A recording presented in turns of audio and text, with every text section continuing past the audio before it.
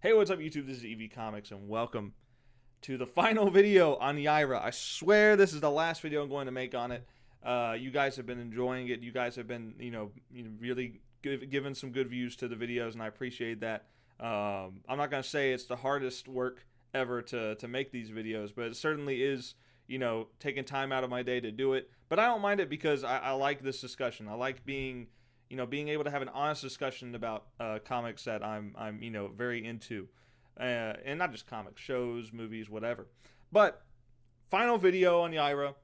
Why am I talking about it again? There was a Yaira spoiler stream, and usually the Rippaverse will have some kind of a spoiler stream after most people have gotten access to the comics.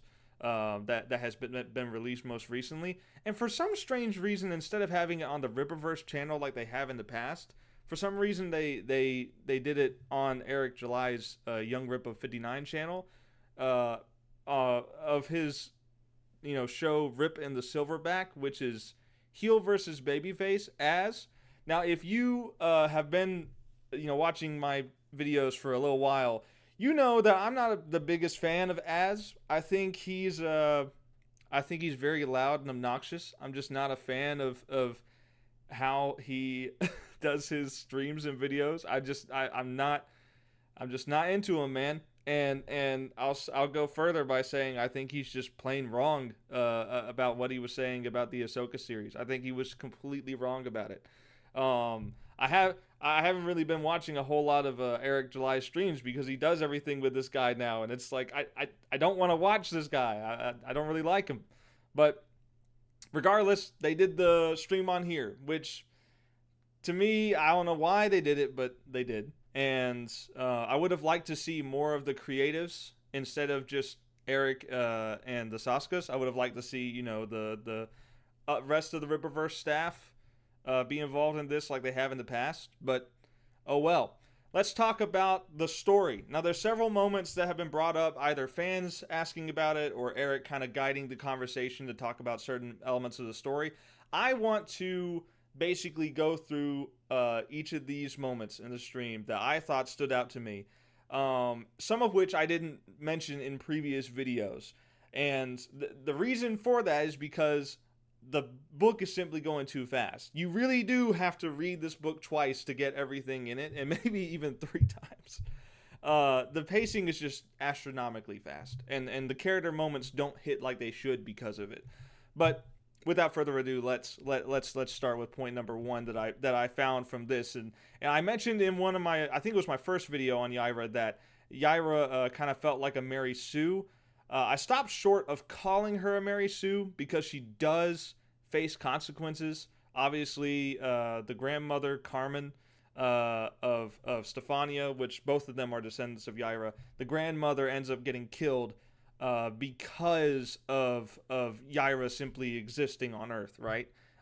This is clearly someone that she does actually kind of care about, that ends up getting killed. And obviously this hurts her, and it hurts Stefania even more. It's what causes the rift between Yaira and Stefania, is that she feels like because of Yaira, her grandmother died.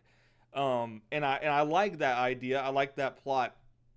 And she clearly regrets what happening. There's moments where Yaira has inner monologue that explains that she does feel really bad about this. She's trying to feign the idea that she's in control of the situation, and that she can keep Stefania safe, but nowhere is safe while these three people are after her, right? The Yatoni, Yanessa, and Magus Numite, which apparently is pronounced Magus Numite. I'm just gonna say Magus. Magus sounds so much better to me. But anyway, she does face consequences. It's just hard to focus on that because, again, pacing. And Yaira does become more caring for humanity after hearing Altona say her husband died in an oil rig explosion. Oof. Not the same explosion that Yaira causes, because if you read ISOM 1 and 2, you'll know that Altona's husband has been dead for a number of years. And, just the fact that he died in a similar incident makes Yaira think, dang, I could have killed someone else's husband today by doing that. And she probably did. But what ends up happening, I think, and this is from what the Saskas were saying too, is that whenever she has that final fight against Yatoni and Unessa and Magus, that's taking place at the volcano. And I complained about the volcano because I felt like it just felt a bit too, out there. Like it felt a bit too random almost to me. But having them mention it, it makes sense. I think it makes sense narratively because she's taking the fight to somewhere where people won't get hurt, right? There's no one really immediately around the volcano, and she even uses her abilities to stop the volcano from erupting any further. And I think that is, dare I say, a character arc. She goes from not really caring about, the consequences or the collateral, right? She doesn't care about if other people get, hurt, or other, businesses like the oil industry of Texas getting destroyed. She doesn't care about that. But now, because of her beginning friendship with Altona and hearing about her husband's death, both of them have lost husbands, so they can relate to that, and that appeals to Yaira's more humanity side, right? And I think that is actually pretty good. Dare I say it, it's pretty good. It just, again, the pacing is so fast that it's hard for me to focus on that. I'm not saying that I'm not even saying that the character arc writing for that is even bad. It's just the way that things move so quickly. It just makes it impossible for me and most readers to, to grab that on a first read, right? You're going to read it, you're going to pick up a comic book and you're going to read it. Yeah, you can reread it, but most stories are meant to be, fully enjoyed on the first read or watch, right? What kind of movie would be like, oh, to get the true meaning out of it, you have to watch it twice? No, movies are meant to be watched once to have, a satisfying feeling in the theater, and then you can rewatch it later and notice some things you didn't or maybe forgot from the first watch. But there's key moments like this should not be something you notice on a second reading. And because of just, again, the pacing, it's just too much. As for Stefania, despite the mental illness haircut that everyone likes to call it, people are saying because of that makes her a woke character. I entirely disagree. Why does a haircut instantly discredit a character from being a good character? To me, that is so shallow. And for anyone watching, like who thinks this, look, you gotta overcome that. That is not fair to say that just because a character has a haircut that you don't like means that character is bad. That is awful. That is an awful way of thinking narratively. Look, could it have been any other haircut? Yes, and she does get a haircut at the end of it. I hope you're happy. But it doesn't mean that her character is any less good. And I actually think that Stefania's character is pretty interesting. Apparently, Eric July recommended the Saskas add the end scene where Alpha Core enlists Stefania, which I do think is a great idea. I think pitting the Alpha Core, the Alpha Core is going against Yaira the whole time. They're still hunting her down. And now you've got Stefania joining the Alpha Core to bring Yaira down is like, I think that's easy tension, right? Having one of her descendants, specifically one with powers, going after her, I think that's a very, very good tension. I think that's great drama that you can have in your story going forward. Yaira too, I fully expect to see Stefania again. I fully expect to see her going after Yaira with all she's got, controlling her powers a little bit better and stuff like that. And I think it does make sense for Brian Solari, leader of the Alpha Corps, to do that. I think they could have written it in a more natural way. I think it, because of, again, the pacing is so fast that things just kind of go from here instead of having a bit more time to develop this stuff. It just goes very quickly. But I do think the idea is good. I think it makes sense. It just could have been done more developed. It could have been more developed. But I do think she is a great character. I think she has good potential, and I would even say that she would be a good protagonist. A former criminal who, when upon getting superpowers and losing her grandmother, decides to use her powers for good instead of just going to jail. I think that's like a really good story. I mean, Suicide Squad, not the first one, but the second movie was pretty well received. The concept of the Suicide Squad has been something that people like. It's just not always in the best writers, movie makers' hands. But the main thing about it is that these characters are typically bad, but you get in a rare instance you get the root for them, and I think that's a cool way of developing a redemption arc. That's a pretty easy way to do that, and I think for Stefania, I think it's a great launching point for a new character. I think it's good. And how specifically she gets her powers, I don't think we need to know that in the first issue. There's so much information already. Like I said, there was in my first video, there was just too much information. I wouldn't want to know. There was not even a moment where I was asking why does she develop her powers, because there was just too much going on. I am curious to the answer, but I'm not. I don't want to know in this first issue. I don't think it's necessary to give every single detail about why things are happening immediately. Just be patient and wait for Yaira 2 to explain it, because it probably will, right? Yaira 2 is probably going to explain it. So I don't think it's that big of a deal to not have that moment talked about in excruciating detail, right? But besides that, there's at the end scene as well. Yaira is looking at Stefania training with the Alpha Core, and instead of walking up there and trying to take her from them, she lets her stay. And that is an excellent sign of character growth, just in a quiet moment. No dialogue from her. Well, there is, I can't remember at this point, but there's no dialogue necessary, right? She sees it, and she's like, she's safer with them. I can trust the Alpha Core with them. She is trusting people and not just being a one-woman show. She's actually starting to open up again, which I actually think is pretty good for her character. It's probably one of the few good things for her character as far as development goes in this comic.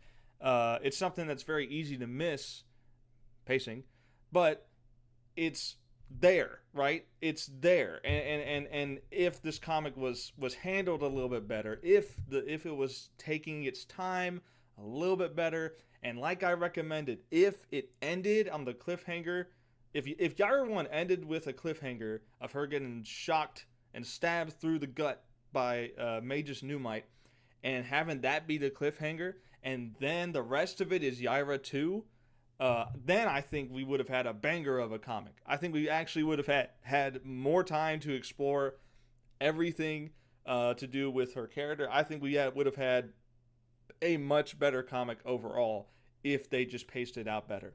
But I'm going to stop saying that over and over again. I swear. But yeah, I do think Stefania had the potential to be a better protagonist than Yaira, but the book is called Yaira. So, yeah, it is what it is. The backstory for her as well, I think, contrary to my complaints about there being too much of it thrown at us in one comic, I don't think it's bad. An alien goddess woman leaving her people for whatever reason, right? Clearly she rebelled in some way. To go on Earth and live her life the way she wants, only to have everyone around her die because they're not immortal like she is, and having to deal with that for hundreds and hundreds of years. That's a great backstory. It makes her a tragic character, not relatable, but it makes her a tragic character, right? And the problem I've said is that there's just too much backstory in one comic, and if the Stefania reveal of her being a descendant was a plot twist in Volume 2, right? If it ended with the cliffhanger of Magus stabbing her with a lightning, and then in comic number 2, it was revealed that Stefania is her descendant, that would have been much better hitting. That would have been much harder hitting. But they just tried to cram as much as possible in this. The Saskas also said that the Alpha Corps are going to continue to be in the Yaira comics, which basically means it's just a constant crossover, which I don't necessarily mind. I think this has been built up, since ISOM 1, so it makes sense for them to be in it so heavily in Yaira's story. They're not the stars of the show. Yaira is the star of the show, but they are like, they're the co-stars, right? The Saskas also said that Magus Lumite is not dead, and they were trying to hint at it, but they basically just spoiled it, because I think I had asked a question, or someone else had asked a question about Magus Lumite being the could have been the star of the show, and then she was like, "Oh well, he might not be dead," which basically just means if the Saskas are saying it, basically means that it's done. There's a joke with them that they are like the Tom Holland of the Rippaverse. Tom Holland is notorious for spoiling the Marvel movies he's in interviews and stuff like that. They are basically him. Both of them are basically him. They are so eager and excited that they can't help but to talk about stuff and accidentally spoil it like this. And I think that reflects in their writing style, right? They're so eager to get all the stuff they're excited about, all the stuff they've written that they're really, really anticipating the fans are going to love, that they cram it into one comic. That's why I think the comic ended up being written the way it is because they're too excited. They should have been reeled back a little bit. And I think for Yaira 2, Eric would be wise to reel them back and maybe make the second comic a little better paced. Something else I thought was strange, speaking of Eric, he doesn't think that Yaira is a girl boss. He was saying that like she's not, and it's refreshing to have a character that's not a girl boss. And the Yairas were kind of talking about that too. But I just find that very strange. For someone who's complained about girl bosses in modern day media so much as Eric has, it's strange to me that he would think that Yaira is not one of them. It's just, I don't understand it at all how he could think that. Because, let's just be honest here, while she's not necessarily flawless, right? She doesn't lose a fight. What consequences she does face are not directly affected to her, right? She can get stabbed through the stomach and walk it off, no problem, because Altona is there to help her. There's not really any sort of peril for her. There's no sense of she could be in danger at any moment. And yeah, she does get shot, through the stomach with lightning, but it's barely even an inconvenience. And if it's not an inconvenience, right, if it takes her days to heal, they did a bad job of explaining that it was days, like it just seemed like four pages, if that, from her getting wounded and walking into Projexis to her, being healed from the procedure that she does to herself with Altona. It's like, it's just that there's not a good sense of time passage with that if it takes longer than a few hours, like I think it is. And again, it's just she doesn't really lose that fight either way. She just leaves. She just hides for a minute, right? And then completely destroys him in the final fight. Magus, that is. That's a common complaint for Rey from Star Wars, is that she's too powerful. She doesn't lose a fight, and she doesn't face a whole lot of consequences, right? That's Yaira just is a girl boss. She just is, not the worst example of it, I guess, but she is still a girl boss. What I think is the problem is that people conflate the word girl boss with Mary Sue, right? A girl boss can be, can have consequences and can have flaws and stuff, but for the most part, they're pretty invincible and easygoing with everything they do. A Mary Sue has no flaws of any significance, no consequences at all, and she's just the best at everything, and everyone all around the world thinks she's the greatest thing since sliced bread. And this book kind of treats Yaira that way. But again, I won't necessarily call her Mary Sue because, I talked about that already. But I think Eric is conflating girl boss with Mary Sue. I think there is a small difference between them. For sure, Yaira is a girl boss. Is she a Mary Sue? I kind of don't think she is, but she's very close to it, right? She's very close to it.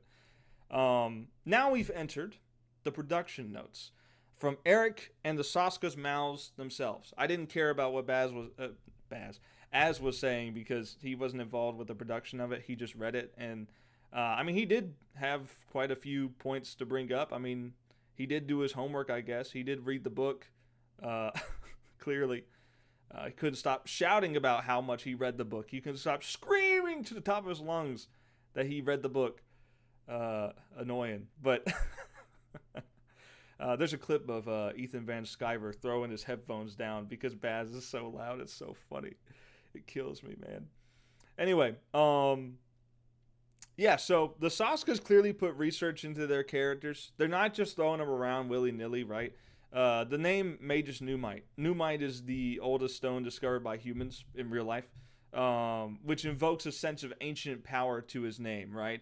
And Magus, which is actually pronounced Magus, apparently, is the title of the most powerful magic wielder of his species.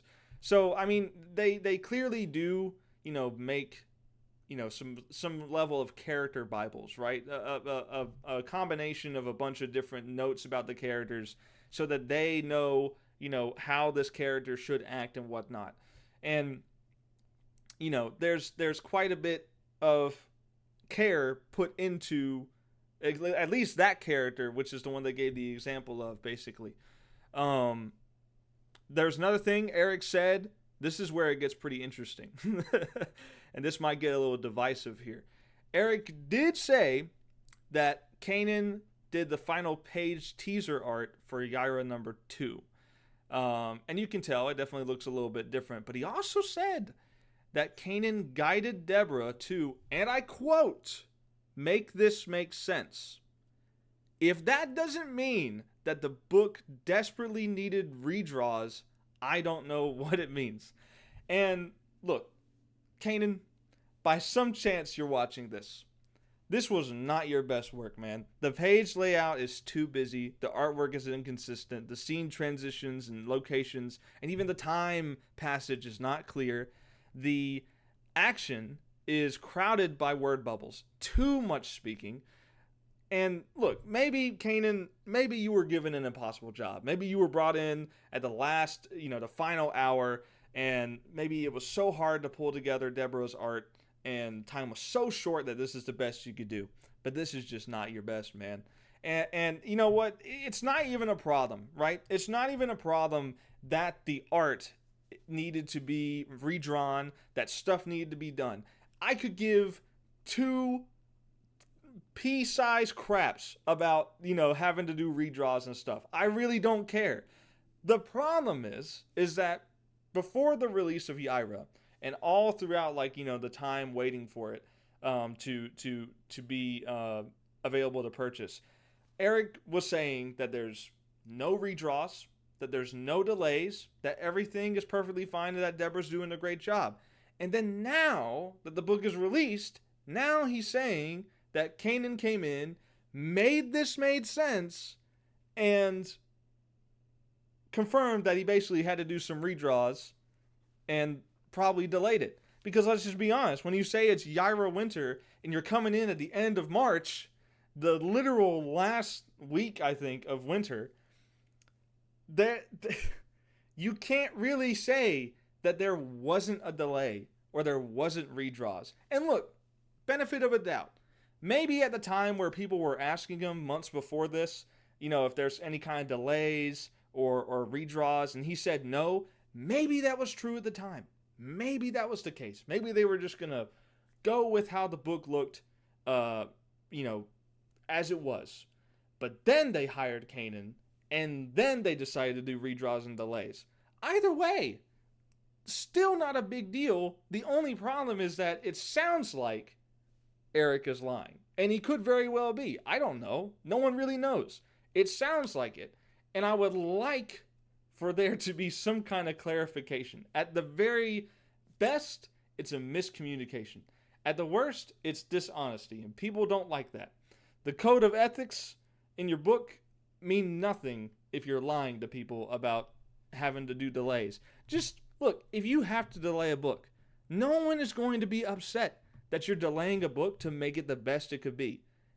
no one's going to care, man. Sure, you might get like, some kind of a clowning from people on Twitter or whatever that already hate you. Who cares? Just make the product good. That's the main thing. I would not have minded if Yaira did not make it in winter, if it came out this month. If Yaira came out in June, I think I would be fine with it coming out in June instead of like, or the pre-order starting in June, than it coming out, in March, right? I think I would have been totally fine. I think most people would be totally fine with that if the book was better for it, right? If you just, transparency, if you just say that, people will understand. It's not that big of a deal. It is a big of a deal when it looks like you've lied, though. And look, Deborah's not a terrible artist. I'm not going to say that. I'm not going to say she's terrible. But, clearly from the words from Eric's mouth, Kanan was a necessity. Kanan was hired out of necessity to fix this. And look, some of the art even looks like it was done by Joe Bennett. And if it was, again, no big deal. Just be honest about it, right? Because Eric's been like championing Deborah as a great artist, greater than everyone expected. And it's like, clearly, from what you said, it doesn't make sense, man. Make this make sense is what he said. And it's just, it confirms that the book was a complete mess before. And if this is the best Kanan could do to fix it, man, I want to see what it originally was. But that's basically all I've got to say about this. I just wanted to do a final video covering this spoiler stream. And I think the book was not the best. I think the book, while not being straight up terrible, I think it was kind of bad. And if I'm a newcomer to the Rippaverse and I start reading this book, I'm probably not going to stick around with it because it just is not that great of a starting point for the Rippaverse, which it's probably not intended to be. But some people will get into the Rippaverse, now from years on, might start with Yaira. And it's just not a good place to start. But Gooding is coming out, and I'm excited for that. Mike Barron, very well known and respected writer. I can't remember the name of the artist. It's escaping me right now, but he's also seems to be pretty good. But yeah, with that being said, that's pretty much all I got for this video. Thanks so much for watching. Next couple of videos are going to be more about Little Miss Steele because that's coming out July 1st. You better believe it. You better get ready for Little Miss Steele to drop worldwide. Till next time, peace out.